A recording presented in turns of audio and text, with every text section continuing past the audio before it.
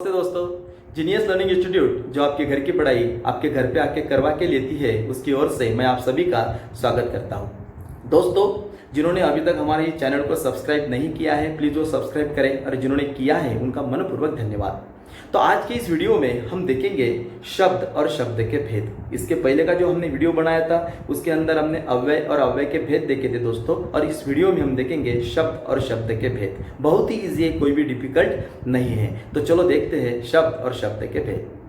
विद्यार्थी मित्रांनो, तुमचा घरचा अभ्यास घरपोच करून घेणारी महाराष्ट्रातील एकमेव इन्स्टिट्यूट म्हणजे जीनियस लर्निंग इन्स्टिट्यूट। लॉकडाऊन मध्ये सुद्धा आपल्या मुलांचा अभ्यास अगदी शास्त्रीय पद्धतीने घरपोच करून घ्या। शाळा व क्लास कोणताही, पण घरचा अभ्यास जीनियस संगे। विनामूल्य घरपोच माहिती करता संपर्क 9881215711 9881215712। स्वयं अध्ययनाचे हवे धडे तर या जीनियस कडे। Genius learning institute Amravati.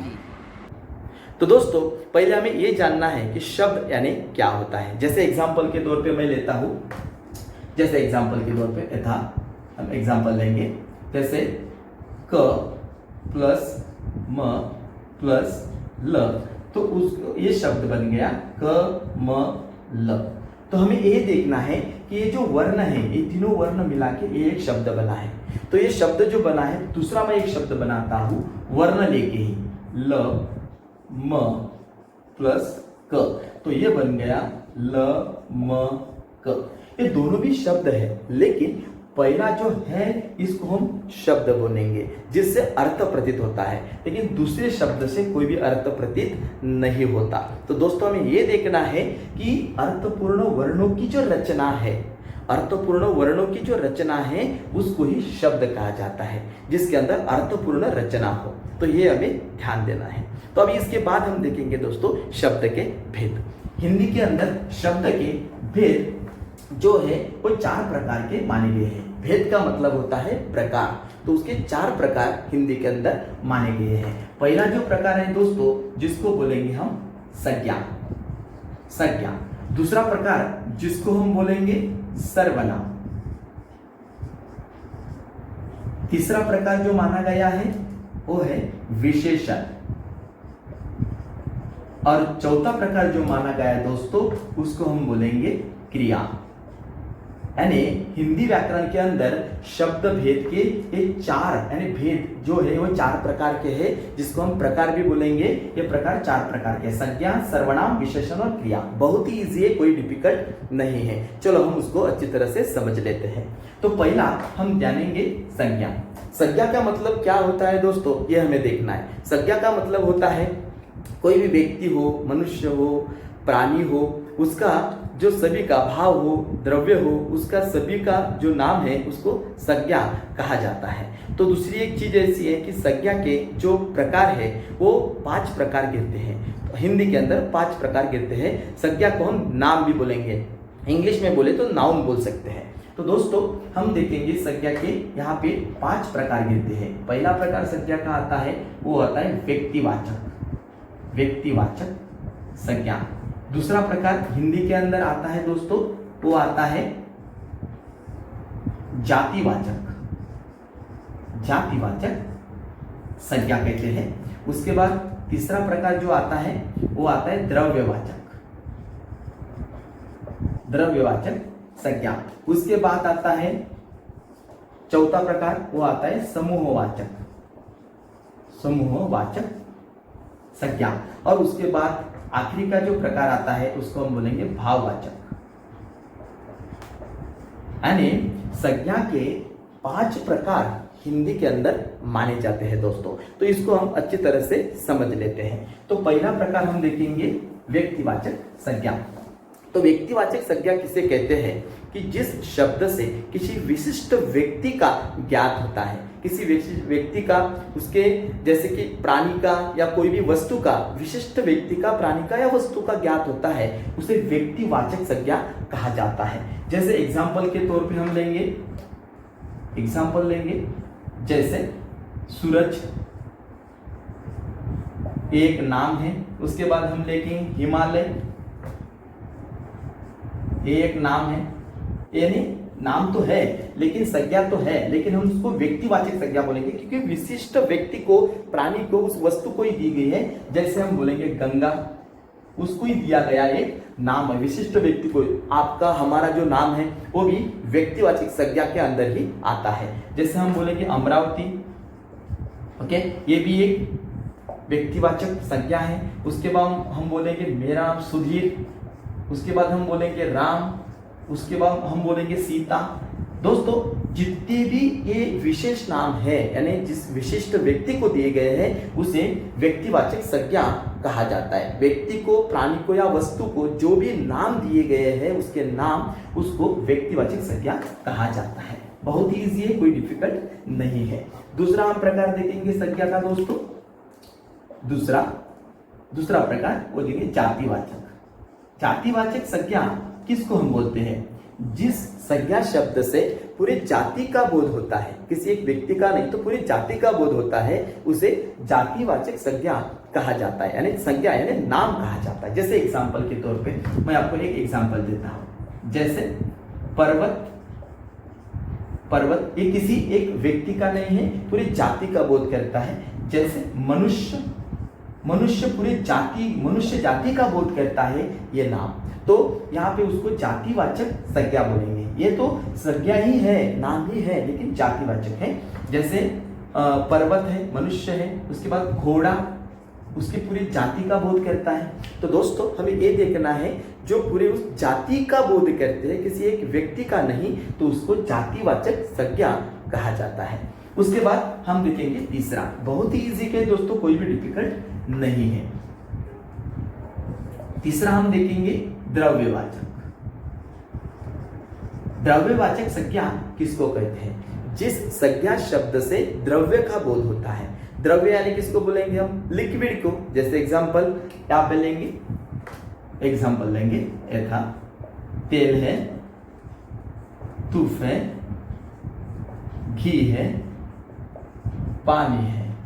यानी किसी भी द्रव्य का, किसी भी लिक्विड का जो नाम आता है उसको द्रव्यवाचक संज्ञा कहा जाता है। कितना इजी है, कोई भी डिफिकल्ट नहीं है। किसी वाक्य के अंदर आपको अधोरेखित दिया गया है, अधोरेखांकित किया गया है और आपको पूछा गया है कि एक कौन सी संज्ञा है, तो आप बता सकते हैं कि अगर तेल उसके अंदर है और उसको अंडरलाइन है, उसको अगर रेखांकित किया गया है, तो आप बोल सकते हैं कि द्रव्यवाचक संज्ञा है। उसके बाद हम देखेंगे दोस्तों, बहुत ही इजी है,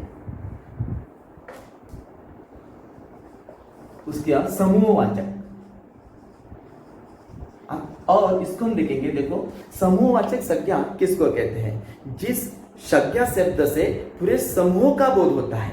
जैसे एग्जांपल के तौर पे हम लेंगे पूरे समूह का, यथा जैसे परिवार। देखो दोस्तों, परिवार यानी ऑटोमेटिकली पूरे समूह का एक बोध होता है। उसके बाद हम देखेंगे सेना, पूरे समूह का बोध होता है। पुलिस, पूरे समूह का बोध होता है, किसी एक व्यक्ति का बोध होता नहीं। जिस संज्ञा शब्द के अंदर पूरे समूह का बोध होता है उसे समूहवाचक संज्ञा कहा जाता है। काफिला है, झुंड है, पूरे समूह का बोध होता है। तो दोस्तों बहुत ही इजी है, कोई भी डिफिकल्ट नहीं है। उसके बाद हम देखेंगे आखिरी का, जिसको बोलते हैं भाववाचक। भाववाचक संज्ञा। तो दोस्तों भाववाचक संज्ञा किसको बोलेंगे?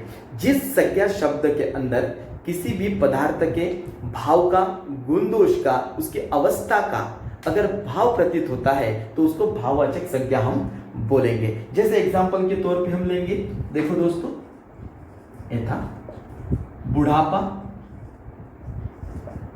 उसके बाद बचपन,